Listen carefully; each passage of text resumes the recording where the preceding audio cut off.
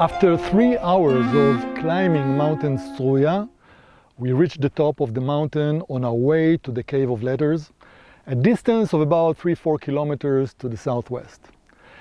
The discoveries from this cave added much knowledge about the Bar-Kochva revolt that took place during the years 132 and 136.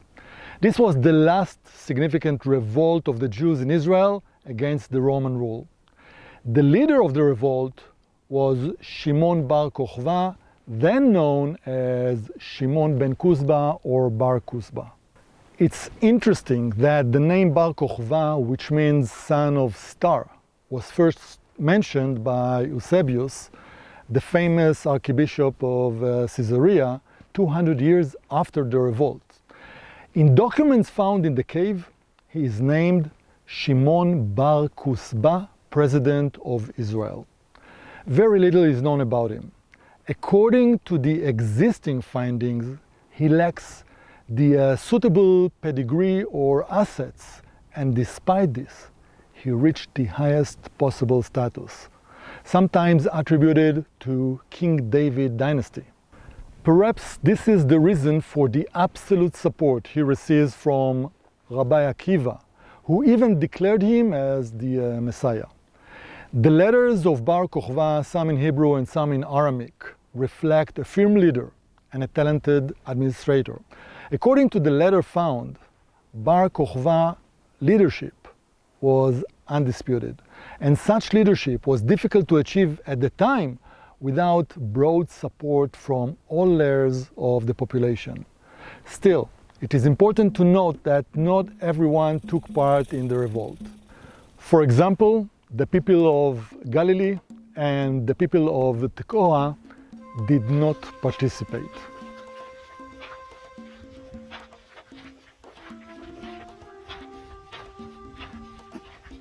It is difficult to talk about the Cave of Letters findings without an overview of the revolt. Apparently, a number of actions contributed to its initiation.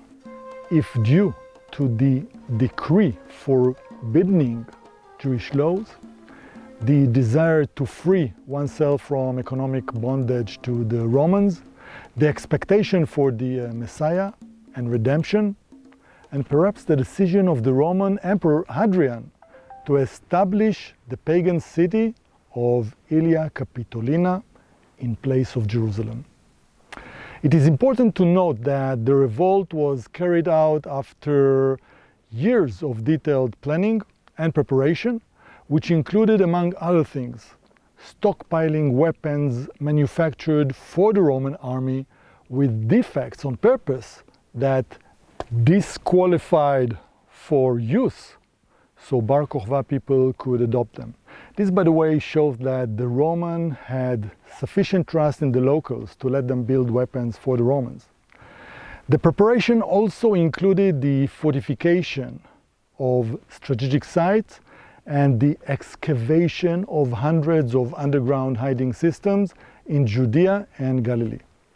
3 locations were selected as key bases. The city of Beitar, which was close to Jerusalem in a suitable strategic location, served as the military and political center of the revolt. Herodion, which was built by Herod the Great as his burial place, was the administrative center, and Ein Gedi on the shores of the Dead Sea, 4 kilometers from here, was selected to serve as a logistics port. Ein Gedi was an important economic center, close to Tzoar in the south and to the land of Moab in the east, where Bar Kokhba had strong allies. The revolt was a great success in the early stages. The rebels defeated the Roman army in Judea, took over large areas in the mountainous center of the country, and established independent Jewish rule. Bar Kokhba instituted compulsory enlistment in the army and punished the dodgers. He issued coins with signs of sovereignty and used much more Hebrew instead of Aramaic.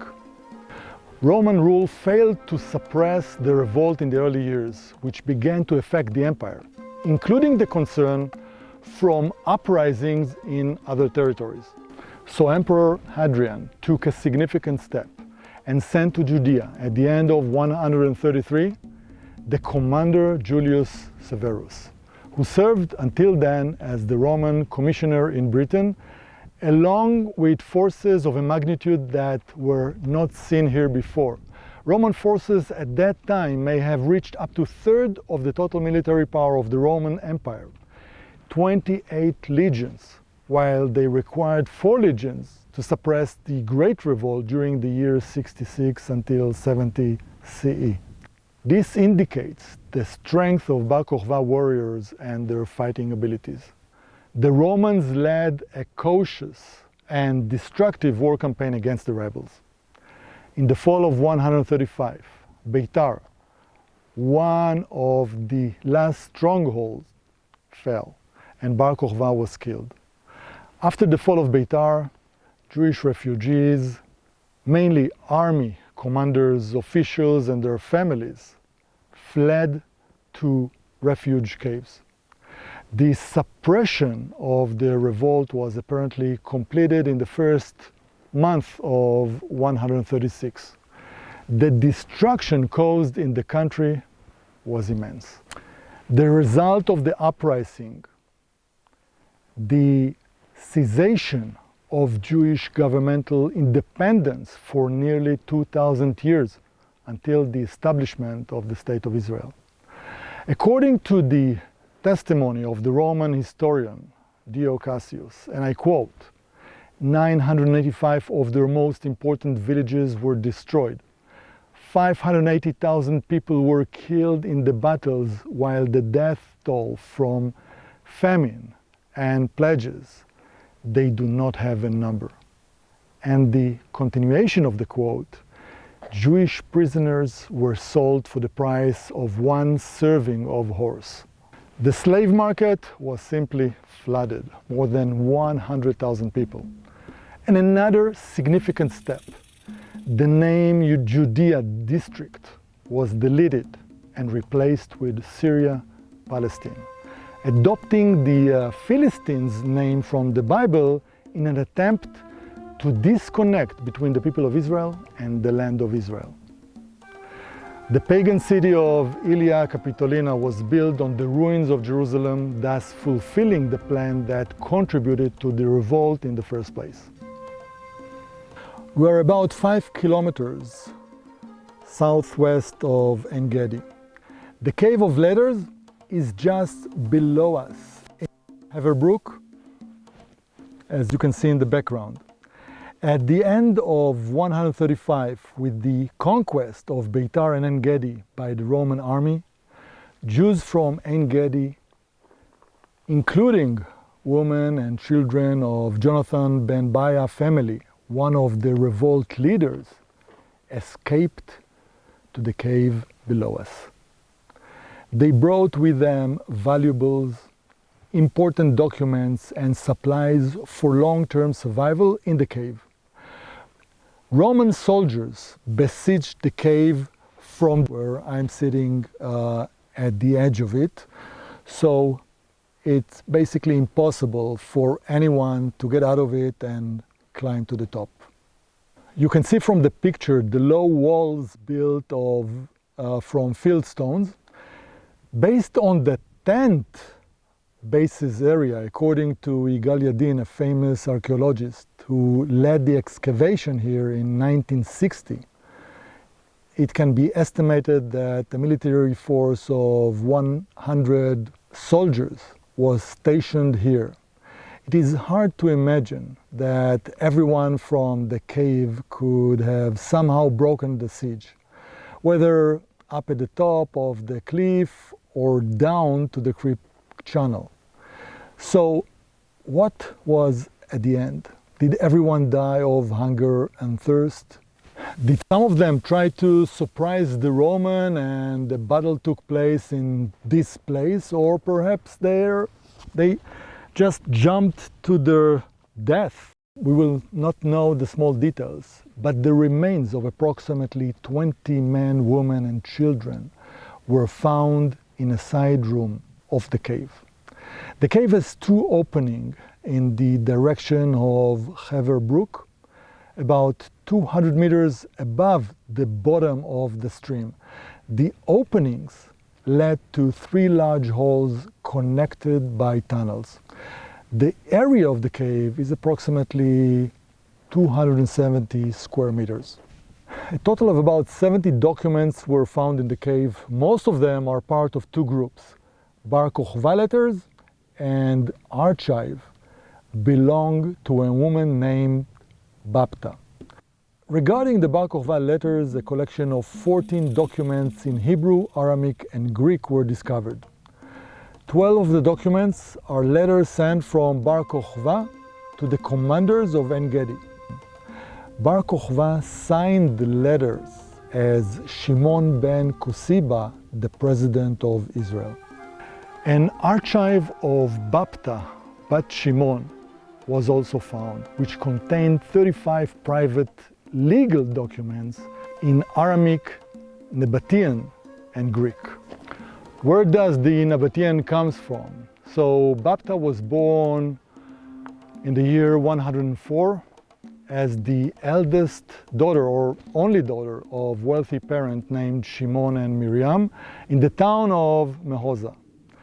This is near a village named Tzohar on the southeast coast of the Dead Sea, meaning in present-day Jordanian territory. The village residents were both Nabateans and Jews, then in the territory of the Nabatean kingdom. She escaped from En Gedi, apparently together with several of her family members, including the sister of Jonathan, the revolt leader in En Gedi. In addition to her documents, other findings related to her included house keys, makeup, supplies, and tools. She died during the Bar-Kochva revolt. From her archive, we learn that she was an independent woman. Among her documents were deeds of sale, lease contracts, her marriage contract, guardianship agreements, and agreements related to rights of water use for irrigation purposes. Babatha's independent financial status is reflected by the fact that she lent money to her husband. Other findings included a glass bowl and two small, polished, and well-preserved plates wrapped in palm fiber and tied with a rope. Remains of stove and firewood were found, indicating that the cave residents were prepared in advance for a long stay. The remains of many fabrics that included clothing, prayer shawls, and a rug were also found in the cave. The fabrics were dyed with various pigments and woven according to the Bible, without chutnez. Just to clarify that according to the Bible, it is forbidden to have close structure of both linen and wool. This rule is named chutnez. The coins in the cave included Bar-Kochva coins, which were Roman coins reminted by the people of Bar-Kochva. Until we visit more caves related to the Bar-Kochva revolt, a question for you.